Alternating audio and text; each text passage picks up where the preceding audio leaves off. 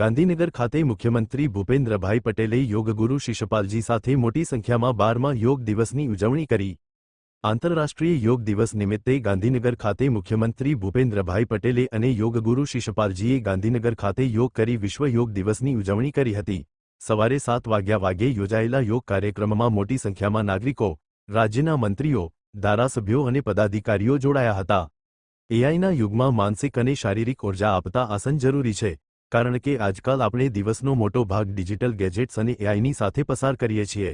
તેના લીધે આપણા શરીર અને મગજની રીતભાત બદલાઈ રહી છે। આ સ્થિતિમાં કેટલાક યોગાસન શરીર અને મગજની રિકવરીમાં મદદ કરશે। તેથી યોગ કરી શરીર અને ચેતાતંતુઓને યોગ મારફતે સ્વાસ્થ રાખવા જરૂરી છે। Report by Ashwin Limbachiya, Ahmedabad.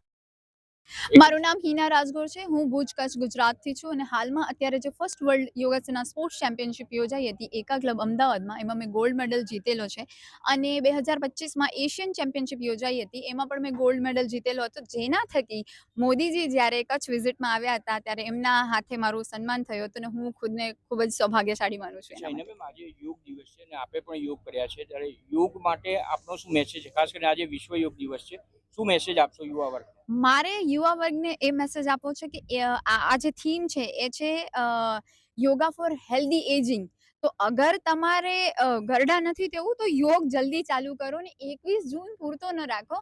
હા, તમારી એક સારી શરૂઆતનો દિવસ હોઈ શકે, બટ તમારા આખરી સાંસ સુધી આ યોગને તમારા જીવનમાં રાખો। એના માટે કહેવાય છે કે સતુ દીર્ઘકાલે નૈરંતરે સત્કાર સેવિતો દ્રઢ ભૂમિ। દેટ મીન્સ કે અગર દીર્ઘકાલ સુધી કોઈ વસ્તુનો અભ્યાસ કરવામાં આવે છે તો તમને સફળતા પામવાથી કોઈ રોકી નથી શકતું।